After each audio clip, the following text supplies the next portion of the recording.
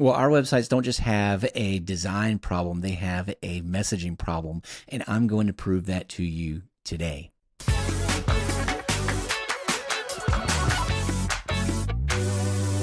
Now, I want you to indulge me in this experiment. I want you to go to your website. Yes, type in your web address for your company's website. I want you to look at the hero section on the website. I want you to specifically look at the message that is there, that first message that people are going to encounter when they type in your website. And that message needs to answer 3 very basic questions that I think that many businesses get wrong, that they cannot answer.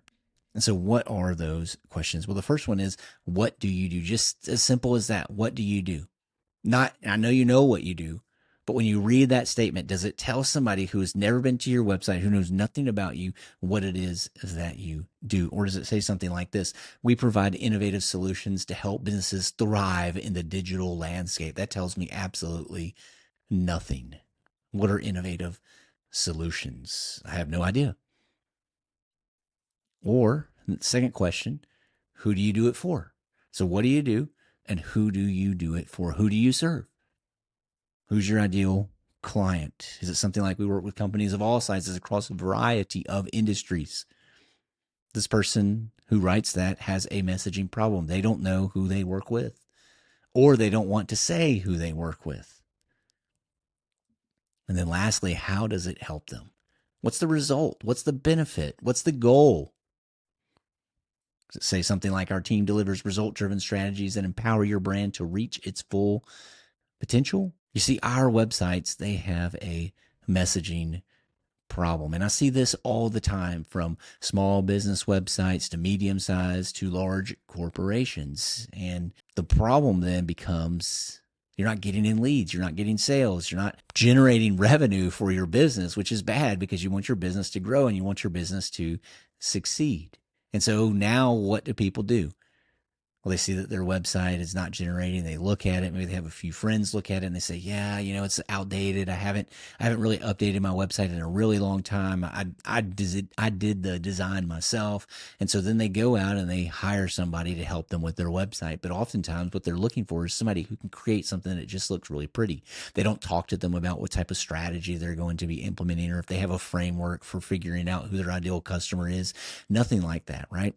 And so the conversation centers more around, well, what are your brand colors? What fonts do you want to use? Do you have any images or assets that you want to use on your website? Do you have any videos that you can provide me? And then they take that stuff and they go and they create this really nice looking design with lots of animations, and you get super excited about it. You pay a developer, you launch it, and then nothing happens. No leads. No calls, just a really expensive digital brochure. And then the worst part is you start to blame yourself. Well, my business is just not going to be successful. I need to close up shop. My business just does not work online. But that's not really the problem. The problem is that you're not messaging to your market. You have a messaging problem. That's the pretty website trap. We often think that our websites need to look pretty instead of messaging to the right people. And so that's what we run after instead of running after good copy. And this is costing businesses thousands and thousands of dollars every month. But instead of trying to create a really, really pretty design, what we need to be focused on first is the strategy, and then the pretty design can come from there. I'm not saying that you shouldn't develop a website that looks good. You definitely should. But you've got to lead with strategy. And here's what some of the numbers say. A study I read recently: visual-only redesigns, 1.1x ROI. That's it, 9% return on your investment. Basically, you're breaking even. As opposed to a strategy-led redesign, 3.7x ROI, 68% of your investment is there. And so this is what we need to be focusing on. We need to be focusing on strategy. And so what is it that we need to do? Well, we need to know who our customer is, and what do they need to hear from us in order to buy? We need to be able to answer these basic questions. And so some of the things that you can start to explore for your company are these things. What frustrations do my customers have? What frustrations made them start searching for a solution in the first place? If you can answer that, if you know what those frustrations are, well, then you can message towards that on your website. Then the words, what words are they using? What are they typing into Google in order to, search? What words do they use just on a daily basis? And then what fears do they have? What are they scared of getting wrong? Right? If we can know these things about our customer, we're really starting to develop that ideal customer profile. We're understanding their frustrations. We're understanding the words that they use. We're understanding the fears that they have, and we can begin to market to these things. And then we need to answer these basic questions that we started with. What is it that we do? Who do we do it for? You see, we can't do things for every single person that is out there. We've got to narrow our focus, and we've got to say we do X for X. If you can't answer that, then you really are not going to be able to attract people, because if you can't answer that, like who do you do this for? Well, then you can't know what their frustrations are, right? You can't know what words they're using. You can't know what fears they have. And so that's super basic. We have to know who we are working for. And then how can we help them? I mean, what is it that we're going to do for them? If we start to answer these questions, then we can begin to understand who our customers are. We can begin to then actually market to them in a way that will begin to draw them in. And so I've been working with a company recently, and we've used this template. We deliver X service for ideal customer so they can have this functional outcome, right? This is a template that I use for this customer that I've been working with. They're in the home warranty space. They provide home warranties for dealerships directly to them. They don't sell the home warranty to the homeowner themselves. They sell it to the dealership. Statement that I helped develop for them.